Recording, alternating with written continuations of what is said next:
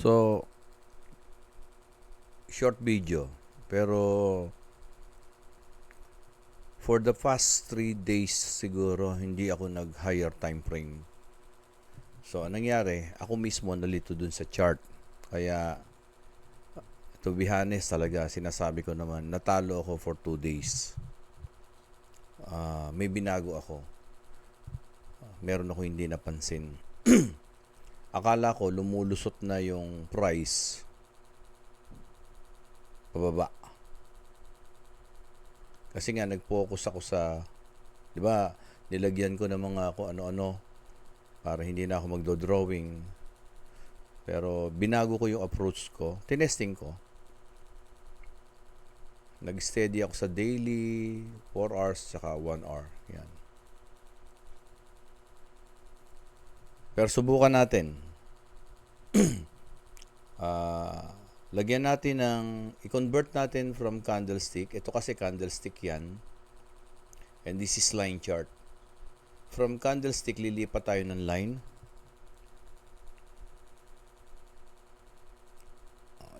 Yan ang makikita natin. Maglalagay ako ng trend line as support using this swing low. Yan. Kasi nag-swing siya sa baba. Yun ang kaya siya swing low. Tapos, resistance dito, trend line din dito sa swing high. Nag-swing siya rito, high. Yan, swing high. Yan. So, lagyan natin ng trend line sa support. Yan. At trend line sa resistance. So lumalabas, hindi pa lumalabas yung price, hindi pa siya lumalabas dun sa trend. So we are still on the uptrend. Bakit? High, mas mataas ito, higher high. Mas mataas ito, higher high. Ito low. Kahit nga dito manggaling low pa rin to, no? This is low. This is higher low. Mas mataas kaysa rito. Ito naman, another higher low since mas mataas siya dito. And then ngayon, since hindi pa siya lumalabas sa trend line, kahit medyo ayusin natin, lumalabas ito, is nabubuo pa lang yung higher low. Kung lumabas na dito yan, yun. Pero dahil naka-candlestick tayo, pag titingnan mo, iba. Ayan. Diba? Tanggalin nga natin ayusin natin mabuti. Ayan. So, ibig sabihin, hindi tumama ito. Iayos natin. Kaya napaka-importante na inaayos talaga. Then, ayos natin konti. Yan. Ngayon, pag dinala mo sa candlestick yan, makikita mo, meron siyang hammer. Kasi yung body is almost 2 or 3 times ng haba nung buntot. And this is daily, kaya medyo malakas ito. Although na may buntot sa taas, this is daily. So, asan si price? So, kung mapapansin nyo ito, yan. 1, 2, 3, 4, 5, 6. Ito halos ito. Hindi naman kasi nag 50%, kaya hindi valid breakout yan. So, ayan. So, halos nasa resistance talaga to. Ayan. Yan line na yan. Yan. So, resistance. And then, ito na break. Kaya nung bumalik siya, it becomes support. So, ibig sabihin, the price is nasa support pa. Hindi pa siya lumalabas dun. Another confirmation na nasa support siya is mag-higher time frame tayo. Daily, we go to weekly. So, ayan, no?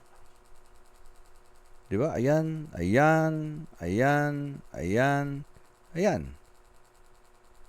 So, Kung lalagyan natin ng horizontal line mula dito sa body niyan, so makikita nyo yung price nasa ibabaw pa nito. Line na to. So nasaan ngayon yung price? Nasa itaas.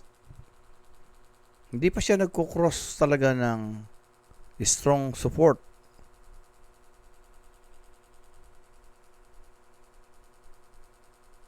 Pwede nga nating i-adjust din eh. I-adjust natin konti. Ayun, i-adjust natin dahil dito, itong dalawa na to. O mapapansin nyo, di ba, na-reject yung nung price. Nasa taas pa rin ito. Ngayon, kung principle of, tanggalin nga natin, kung principle of breakout, di ba itong candlestick na to, the second week of June, di ba pansinin nyo from here to here, is more than 50% ng candlestick. So, ibig sabihin, this is considered a breakout from a weekly time frame. So, if this is a breakout from the weekly time frame, bakit siya bumalik? Diba? Dahil dito. So, ibig sabihin, nag-retrace o nag-retest. Posibleng patapos pa lang ang retest. So, what will happen after the retest? Pwedeng dumiretso.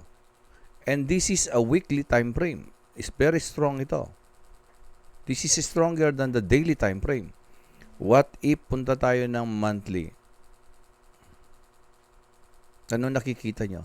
Diba bullish pa rin?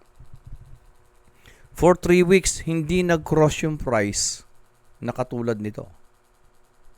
Hindi siya nag-cross pababa. Hindi niya naibalik dito sa area na to. At nandito lang siya. So, this is an indication that the market is bullish. Sa opinion ko.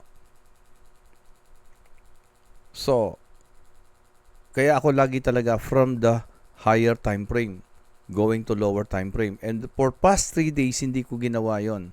So, nakaligtaan ko yung data ng higher time frame. Nung dinamihan ko yung nando sa chart, parang gumulo. Para sa akin. Bigla ko naalala, biglang gumulo. Nung tinitingnan ko yun parang ang gulo. Kaya, I'll try to avoid that kind of charting. Kasi, ako man naguluhan. Kaya naguluhan ko. For the past 2 days, talo ko lagi. Talo, bawi. Hindi ako nagabante. Oo. But it's a good experience. At least nakita nyo.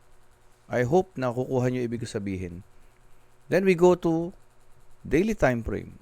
So, alam ko na ngayon that this line is a very strong resistance na na-breakout. Breakout. More than 50% ng body on the weekly time frame and then retest. Retest, karaniwan si candlestick, kung saan nag-breakout, nire-retest niya yan. Ang alin? Kung saan nag-umpisa to.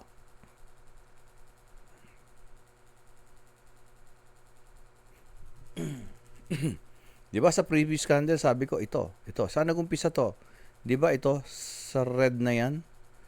Not necessarily, ito, abutin niya yung buong katawan. At least, itong buntot na to, diba, inabot? More than pa nga. Kahit konti lang, pero inabot niya. So, may posibilidad pang balikan niya ulit yan. I-close. Pero kung ma-maintain niya to, hanggang mamayang madaling araw, na-maintain niya tong price na to, naka-green. So, most likely, next week, may posibilidad na butasin. Bakit? This is the second time. Hindi yan hihinto ng sakto. Karaniwan, ipipake niya yan. Hanggang dito. Tapos, bababa uli. Either magbabounce or didiretso. Again, depende sa mabubuong candlestick.